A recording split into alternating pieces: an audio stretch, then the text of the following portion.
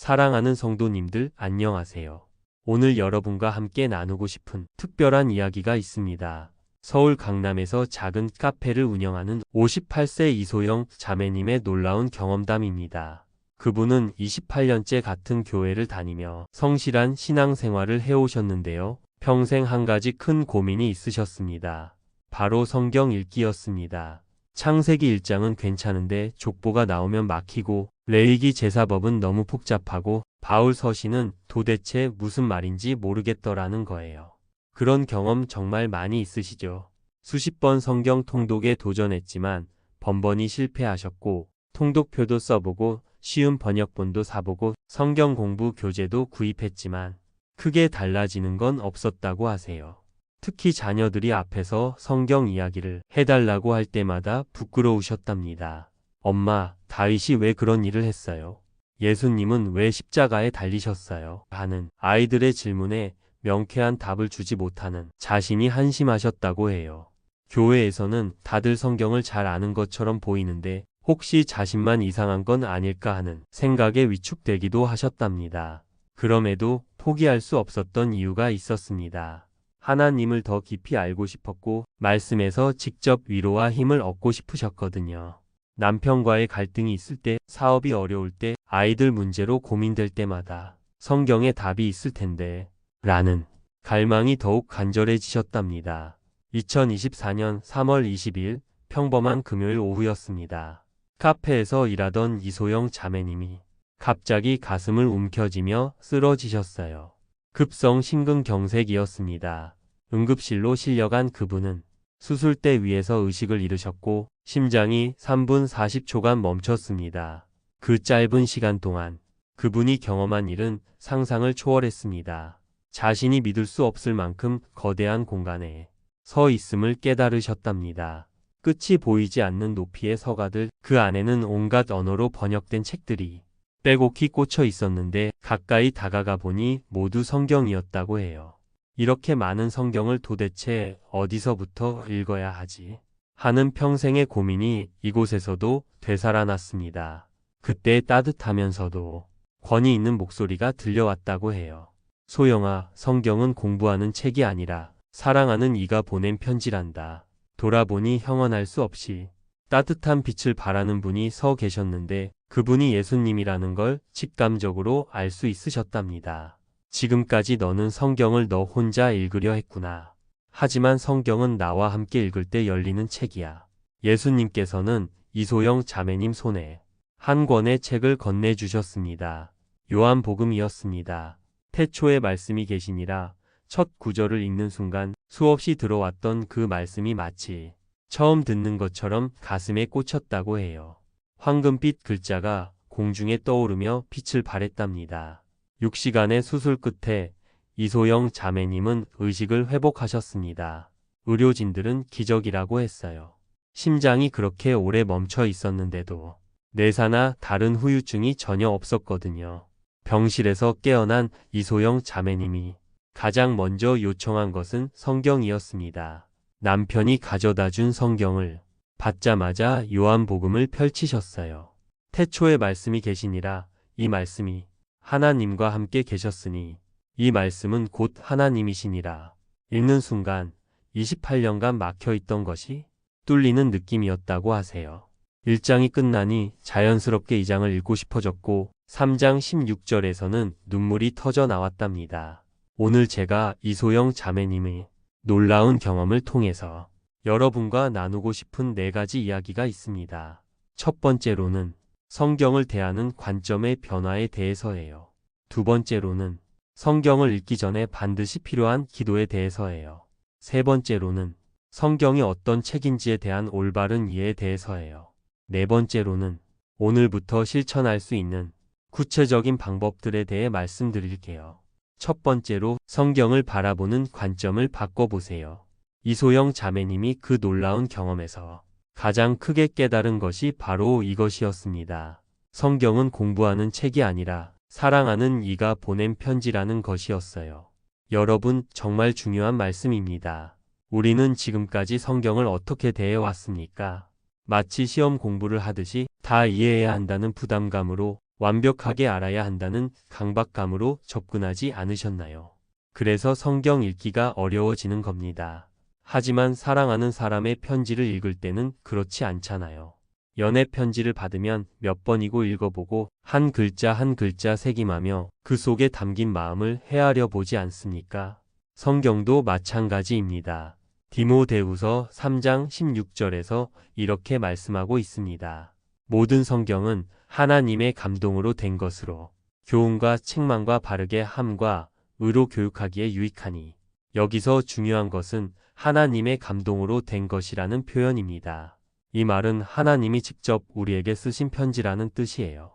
시편 119편 103절에서는 이렇게 고백하고 있습니다. 주의 말씀의 맛이 내게 어찌 그리 단지요. 내 입에 꿀보다 더하니 있다. 성경이 달콤한 꿀맛 같다는 거예요. 그런데 왜 우리에게는 그렇게 느껴지지 않을까요? 그 이유는 우리가 성경을 공부의 대상으로만 보기 때문입니다. 이해되지 않는 부분이 있어도 그 마음을 느끼려고 하는 것이 바로 사랑의 편지를 읽는 자세입니다. 이소영 자매님도 28년 동안 같은 실수를 하셨어요.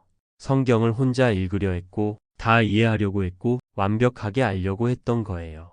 그런데 예수님께서 이렇게 말씀하셨다고 해요. 지금까지 너는 성경을 너 혼자 읽으려 했구나.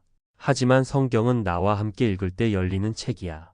그 순간부터 이소영 자매님이 성경 읽기가 완전히 달라졌습니다. 부담이 아니라 기대가 되었고 의무가 아니라 기쁨이 되었답니다. 사랑하는 믿음의 가족들, 오늘부터 성경을 대하는 관점을 바꿔보세요. 공부해야 할 교재가 아니라 하나님이 보내신 사랑의 편지로 받아보세요. 완벽한 이해보다는 하나님의 마음을 느끼려고 해보세요. 예레미야 29장 13절에서 이렇게 약속하고 계십니다. 너희가 온 마음으로 나를 구하면 나를 찾을 것이요 나를 만나리라. 성경을 읽을 때도 마찬가지입니다. 온 마음으로 하나님을 구하는 마음으로 읽으면 반드시 만나게 되어 있어요. 성경은 사랑의 편지라는 관점이 모든 것을 바꿉니다. 연애 편지를 받으면 몇 번이고 읽어보고 한 글자 한 글자 새김하며 그 속에 담긴 마음을 헤아려 보잖아요. 성경도 마찬가지예요.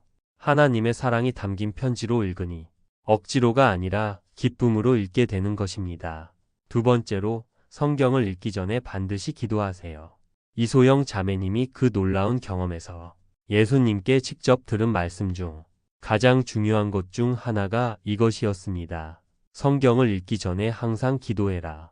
예수님, 오늘 말씀으로 당신을 만나게 해주세요. 성령님, 깨닫게 해주세요. 라고 말이에요. 정말 중요한 말씀입니다. 성경은 하나님의 말씀입니다. 사실 너무 당연한 이야기죠. 성경이 하나님 말씀임을 믿는 것이 모든 그리스도인들의 가장 기본적인 전제인 것 같아요. 성경이 하나님의 말씀이기 때문에 이 책을 읽으려고 한다면 당연히 필요한 것이 성경 읽기 전에 기도하는 것입니다.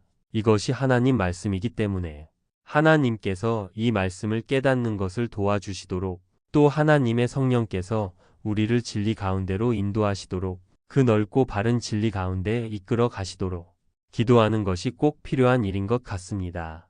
이런 기도가 그저 형식 같아 보일지는 몰라도 저는 기도하는 가장 중요한 이유는 그냥 수학책이 아니라, 국어책이 아니라, 옛날 이야기책이 아니라 하나님 말씀이라고 생각한다면 꼭 그런 기도하는 자세가 필요하다고 생각합니다. 시편 119편 18절에서 이렇게 기도하고 있습니다. 내 눈을 열어서 주의 법에 기이한 것을 보게 하소서. 성경을 읽기 전에 하나님께 마음의 눈을 열어달라고 기도하는 것입니다. 이 한마디 기도가 모든 것을 바꿉니다. 예수님, 오늘 말씀으로 당신을 만나게 해주세요. 성령님, 제 눈을 밝혀주세요. 이런 간단한 기도만으로도 성경 읽기가 완전히 달라집니다. 요한복음 14장 26절에서 예수님께서 이렇게 약속하셨습니다. 보혜사 곧 아버지께서 내 이름으로 보내실 성령, 그가 너희에게 모든 것을 가르치고 내가 너희에게 말한 모든 것을 생각나게 하리라.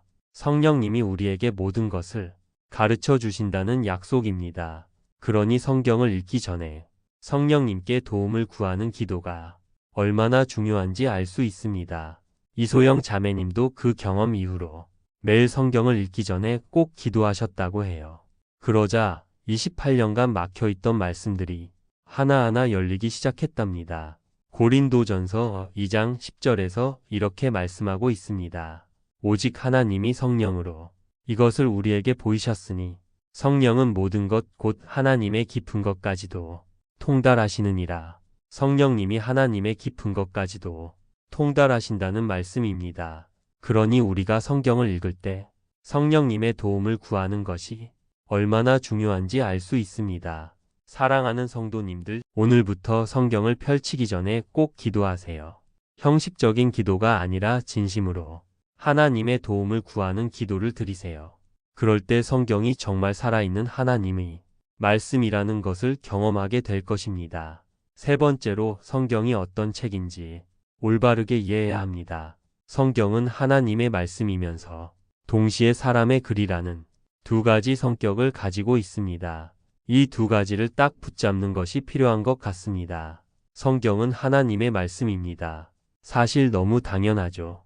성경이 하나님 말씀임을 믿는 것이 모든 그리스도인들의 가장 기본적인 전제인 것 같아요. 그런데 동시에 성경은 사람의 글이기도 합니다. 사람의 글이라는 의미는 성경이 하늘에서 뚝 떨어진 책이 아니라는 것입니다. 하나님께서 옛다 나의 말을 적은 책이다. 이렇게 주신 것이 아니라는 거죠. 예를 들어 누가복음 가장 마지막 구절에 보면 누가복음을 기록하신 분이 그런 표현을 했습니다. 예수님이 행하신 일들을 전부 다 적자면 세상의 모든 종이로도 모자란다고 해서 누가복음의 저자가 어떤 일을 하나요? 취사 선택을 합니다. 이것은 나는 안 적을래, 이것은 적을래, 이건 뺄래 이렇게 합니다. 이래도 되는 걸까요? 예수님이 행하셨던 말씀이고 놀라운 일인데 놀랍게도 누가복음의 저자는 자기가 생각할 때 필요한 것은 선택하고 자기가 생각할 때 필요 없는 것은 뺍니다.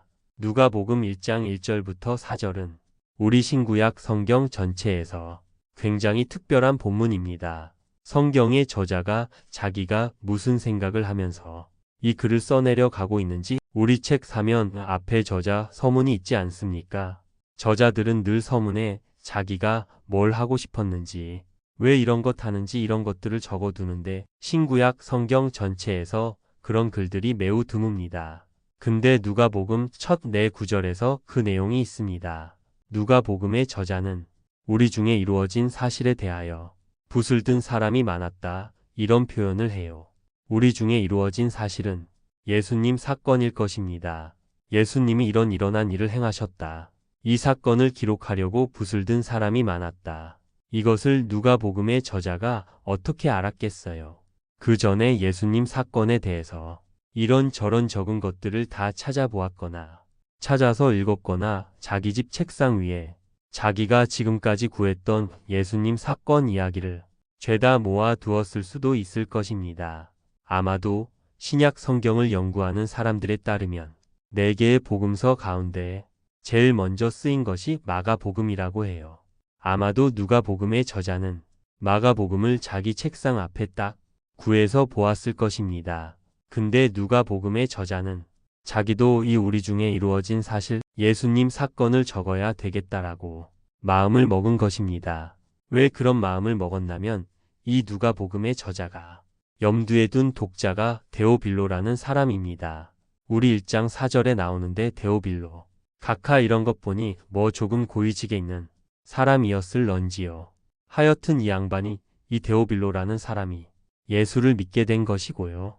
근데 이 누가복음의 저자가 이 사람이 예수님에 대해서 들었는데 알고 있는데 그 알고 있는 바를 좀 더 확실하게 해줬으면 좋겠다. 성경이 그렇게 표현했어요.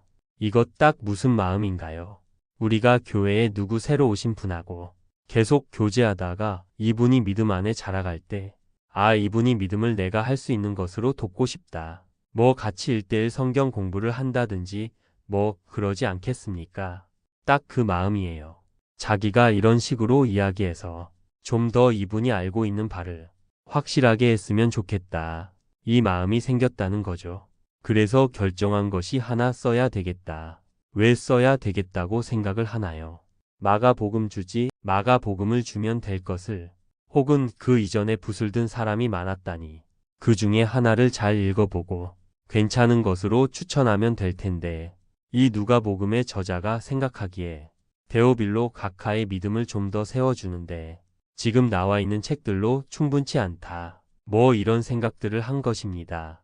그래서는 쓰기 시작했고요. 쓸 때 나는 그러면 어떤 관점에서 어떤 식으로 쓸 거냐. 이것에 대해서도 1장 2절 3절에서 이야기하는 것이 있습니다.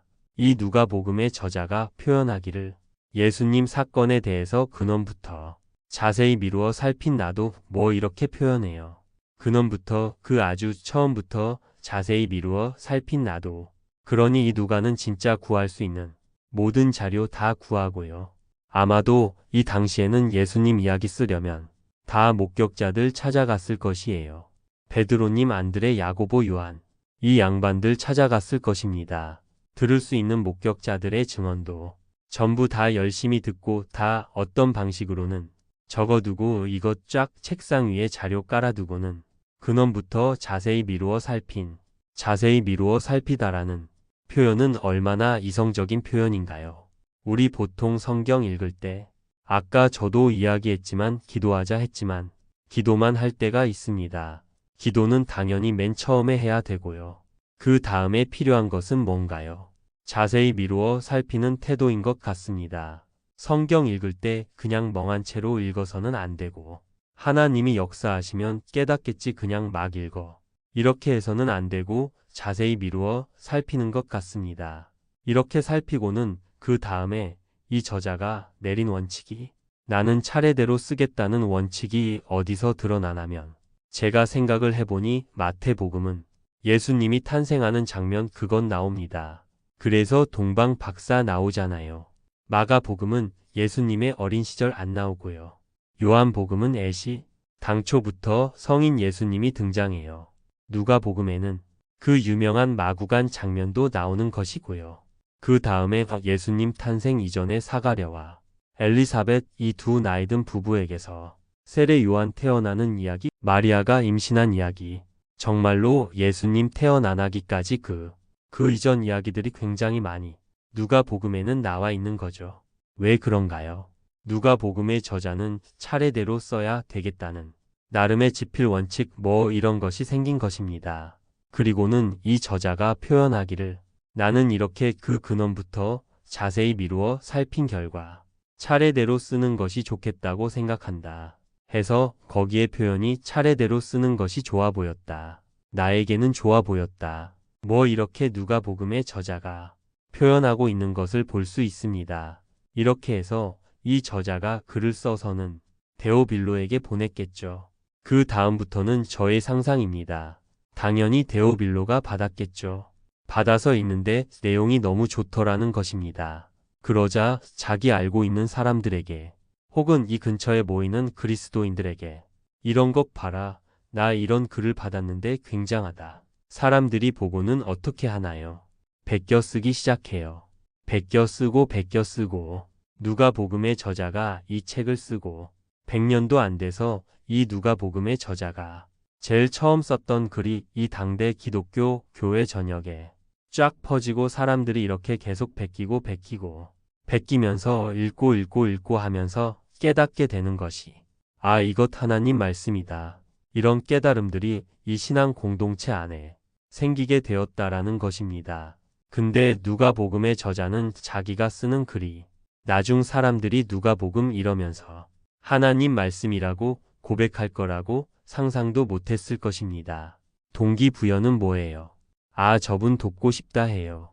저분 믿음이 튼튼하게 자라도록 돕고 싶다. 열심히 그 근원부터 미루어 자세히 온갖 궁리 막 잔머리 다 굴리면서 그렇게 해서는 글을 써서 그렇게 해서 보낸 건데 100년이 지나자 이 책은 하나님 말씀이야. 뭐 이렇게 된 것이 있다라는 거죠. 저 이것 볼 때마다 이 참 놀라운 일이다 싶어요. 하나님의 말씀은 애시 당초부터 금태를 두르고 태어나서 하나님이 위해서 딱 이래서 하나님 말씀인 것이 아니라 누가복음 1장 9절 읽어보면 명확하게 사람의 글이고 이 사람이 썼구나. 그리고 누가복음의 저자는 그런 이 자기 자신에게 금치라는 표현 안 해요. 왜 우리 종종 큐티 나눔이나 말씀 나눔할 때 그런 표현 하시는 분들이 있어요. 아, 저 말씀 묵상하는데 주님이 저에게 이런 마음 주셨어요. 그럼 제가 늘 따져요. 진짜 주님이 그 마음 주셨냐? 그것 어떻게 아냐? 저 같은 목사들이 설교할 때 가끔 그런 설교해요. 아, 오늘 하나님께서 우리에게 이렇게 말씀하십니다. 저 벌떡 일어나서 항의하고 싶어요. 진짜 그 말씀하셨냐? 진짜 하나님이 당신에게 그 말씀하셨나? 그냥 그렇게 표현하지 말고 큐티 나눔할 때는 오늘 누가복음 읽는데 이런 생각이 드네요. 혹은 이 말씀의 의미가 나한테는 이런 것 같아요. 이렇게 표현하면 될 것을 근데 우리가 뭐라 하느냐? 아, 주님께서 이 말씀의 의미가 이런 거라는 마음을 주시네요. 거짓말입니다. 전 그런 표현하지 마시라고. 그런 표현하지 마시고 깨닫는 것은 깨닫고 아닌 것은 아니고 깨달은 만큼 아는 만큼을 나누는 거죠. 누가복음의 저자는 그 근원부터 자세히 미루어 살펴요. 고민하고 공부하는 겁니다. 그리고는 너무 놀랍게도 이분이 나는 그래서 차례대로 써 보내는 것이 나한테는 좋아 보였다. 당신은 안 좋아 보일 수 있어요. 나는 좋아 보였어요. 이렇게 표현하다는 겁니다. 얼마나 진실하고 정직해요. 자기 말에 금칠하고 자기 설교에 무슨 성령의 역사인 것처럼 허황된 소리들 하지 않고 자기 깨닫고 느낀 만큼을 전하는 거예요. 근데 이 글이 사람들이 돌려가면서 읽는데 이 글이 가진 능력이 우리를 붙잡는다는 거죠. 이 누가복음을 읽었던 지난 2000년간에 수많은 하나님의 사람들이 이 책을 읽으면서 하나님의 은혜를 경험하고 자기 삶이 바뀌는 것을 경험하는 겁니다. 이 글을 읽히면서 개인을 변화시키고 공동체를 변화시키자 어느 시간이 되어서 이 공동체는 이 글을 인정할 수밖에 없게 되었고 그리고는 공동체가 회의나 어떤 합의들을 통해 아, 이 글은 함부로 손대서 안 되는 하나님의 말씀이요 선포하게 되고 그때부터 이 글들은 특별한 지위, 이 하나님 말씀으로의 특별한 지위를 가지게 되었다. 이 책의 내용이 가진 힘이 독자와 청중을 지난 2000년간을 변화시켜 왔다라는 것입니다. 그러니 우리 누가복음이 이렇게 사람들의 국리 연구를 통해 쓰여진 책이구나 이것 깨닫게 돼요. 그것이 사람의 글이라는 의미입니다. 또 하나 더 누가복음의 저자는 자기가 쓰는 글의 장르를 내력이라고 표현합니다. 한자말로 내력이에요. 요즘 우리 영어로 표현하면 내러티브, 뭐 좀 더 쉬운 영어로는 스토리, 뭐 이런 말이 될 것입니다. 즉 누가복음의 저자는 예수님 이야기를 쓰되 수많은 장르들 가운데 내러티브라는 것을 사용하고 있는 것이지 않습니까? 뭐 잠언이나 전도서는 짧은 격언, 이런 양식을 사용하고 있는 것이고요. 룻기나 요나서는 또 누가복음과 비슷한 그런 이야기라는 뭐 이런 장르를 사용해서 표현하고 있다라는 거죠. 그럼 우리가 성경을 읽을 때마다 우리가 고려해야 될 것이 이 책의 장르가 뭐지? 가령 시를 읽는데 소설처럼 읽으면 틀린 이야기가 될 것이에요. 소설을 읽는데 시처럼 읽어서도 법전처럼 읽어서도 안 되지 않겠습니까? 그러니 성경이 사람의 글이다라는 것의 의미는 사람이 온갖 국리를 다하면서 자세히 미루어 살펴서 집필 원칙도 정하고 집필 방식을 정하고 장르도 정해서 표현했구나 이것을 염두에 두는 겁니다. 그렇다면 이 책 읽을 때 당연히 필요한 것이 우리도 머리 굴려야 되겠구나. 우리도 머리 겁나 굴리고 잔머리 막 쓰면서 온갖 생각을 다하면서 성경을 읽을 필요가 있겠구나 싶은 거죠. 우리가 때로 하나님 말씀이라는 것에 너무 눌려서 우리 생각을 안 하려고 하는 것이 있습니다. 누가복음의 저자는 그 생각 엄청 많이 했어요. 우리도 그렇게 하면 될 것 같습니다. 그러니 성경을 읽을 때마다 우리가 자세히 미루어 살피는 태도가 필요한 것 같아요. 성경 읽을 때 그냥 멍한 채로 읽어서는 안 되고 하나님이 역사하시면 깨닫겠지 그냥 막 읽어. 이렇게 해서는 안 되고 자세히 미루어 살피는 것 같습니다. 이런 세밀한 생각을 하면서 성경을 읽으면 성경이 정말 살아있는 하나님의 말씀이면서 동시에 사람이 정성스럽게 기록한 책이라는 것을 깨닫게 됩니다. 어떻습니까? 이 세 가지 다 고려하자면 성경 못 읽겠다 싶은 생각이 들지도 모르겠습니다. 전 정말로 이런 것들을 고려하면 성경이 있잖아요. 그러면은 저절로 우리가 성경을 읽는 속도가 조금 늦어지게 된다 싶은 생각이 듭니다. 전 그것이 옳다고 생각해요. 성경은 빨리빨리 왕창 읽어갈 책은 아닐 거다 생각하고 궁리하고 자세히 미루어 살피면서 차근차근 읽어갈 수 있으면 좋겠다 싶어요. 이렇게 막 잔머리 굴려도 괜찮습니다. 왜냐하면 역사하는 능력은 내가 얼마나 세게 믿고 하나님 의지하며 읽느냐 여기에 달려있지 않아요. 이 성경이 이 책이 하나님의 말씀이기 때문에 그 글이 가진 힘이 우리를 바꿔요. 나의 조심스러운 태도, 나의 신중한 태도, 뭐 이런 것이 바꾼다기보다는 이 본문이 우리를 변화시키는 것이 있습니다. 그렇다면 우리가 할 일은 성경에 이런 세 가지 성격이 있구나. 이것 유념하면서 할 수 있는 한 온갖 궁리 다하면서 읽어보자. 그럴 수 있으면 좋겠습니다. 네 번째로 오늘부터 실천할 수 있는 구체적인 방법들을 말씀드릴게요. 이소영 자매님의 경험이 전하는 메시지는 정말 분명합니다. 성경은 공부의 대상이 아니라 예수님을 만나는 통로라는 것이죠. 완벽한 이해보다는 지속적인 만남이 중요하고요. 혼자 읽기보다는 함께 읽기가 중요하다는 것입니다. 오늘부터 당장 시작할 수 있는 실천 방법을 구체적으로 알려드릴게요. 첫째로 성경을 펼치기 전에 꼭 기도하세요. 예수님, 오늘 말씀으로 당신을 만나게 해주세요. 성령님, 제 눈을 밝혀주세요. 이 한마디 기도가 모든 것을 바꿉니다. 이소영 자매님도 그 경험 이후로 매일 성경을 읽기 전에 꼭 이런 기도를 하셨다고 해요. 시편 119편 18절에서 이렇게 기도하고 있습니다. 내 눈을 열어서 주의 법의 기이한 것을 보게 하소서. 성경을 읽기 전에 하나님께 마음의 눈을 열어달라고 기도하는 것입니다. 둘째로 읽는 순서를 정해보세요. 이소영 자매님이 그 놀라운 경험에서 예수님께 직접 들은 말씀이었습니다. 처음 읽는다면 요한복음부터 시작해라. 내가 누구인지 하나님의 사랑이 무엇인지 알 수 있을 것이다. 그 다음엔 마가복음으로 나의 사역을 보고 사도행전에서 부활의 능력을 확인해라. 로마서에서는 구원의 확신을 얻을 것이다.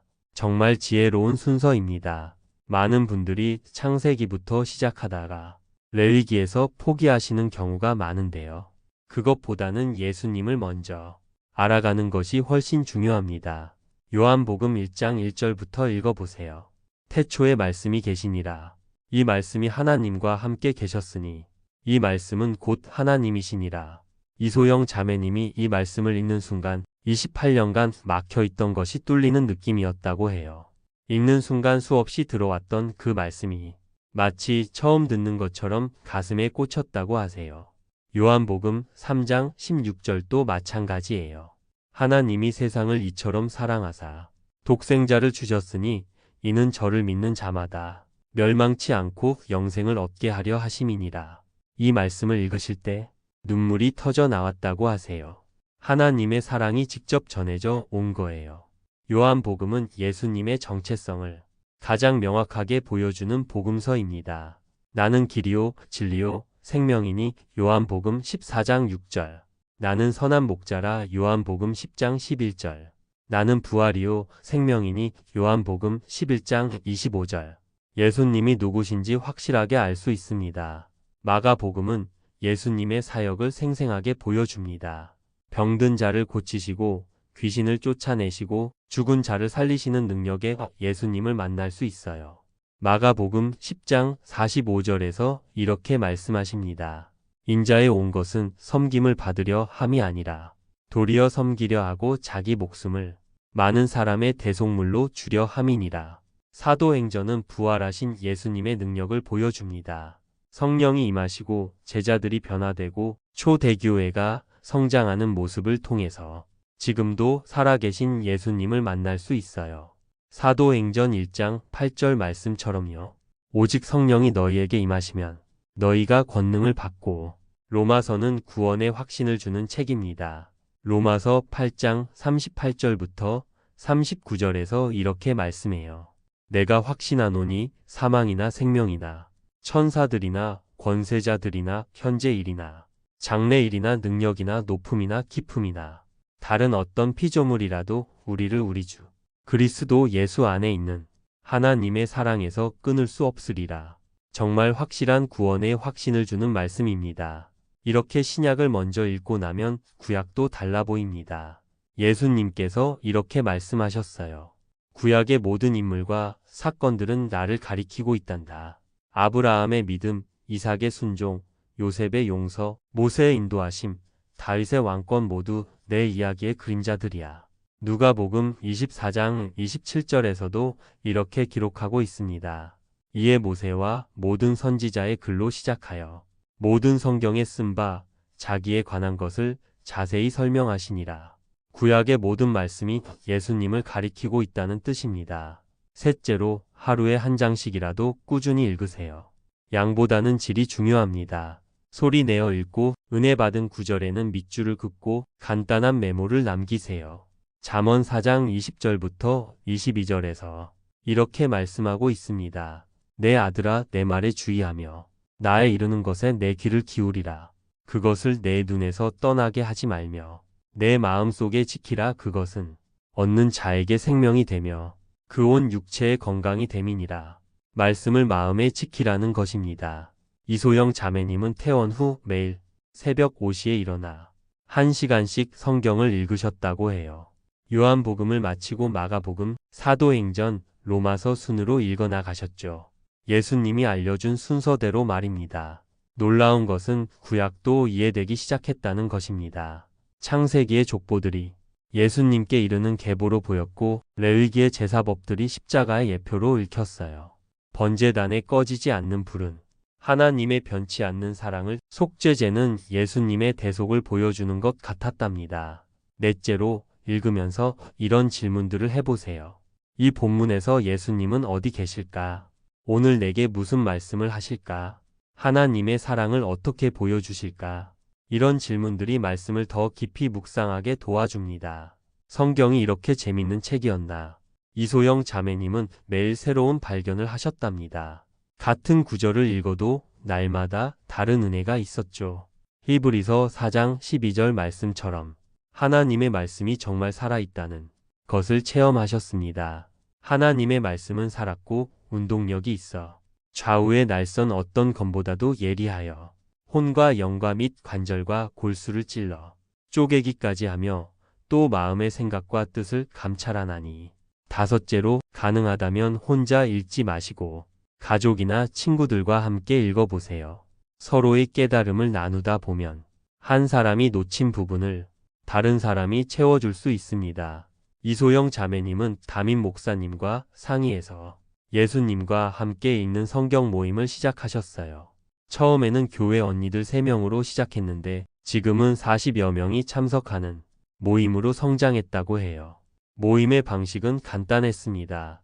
먼저 예수님 말씀으로 당신을 만나게 해주세요. 성령님 깨닫게 해주세요 라고 기도한 다음 돌아가면서 소리 내어 읽었어요. 중간중간 이 본문에서 예수님은 어디 계실까? 오늘 주님이 내게 하시는 말씀은 뭘까를 나눴답니다.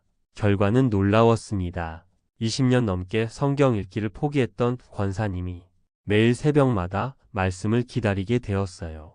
글 읽기를 어려워하던 70대 집사님이 요한복음을 완독하고 기쁨의 눈물을 흘리셨습니다. 중고등학생 자녀를 둔 어머니들은 이제 자신 있게 성경 이야기를 들려줄 수 있게 되었죠.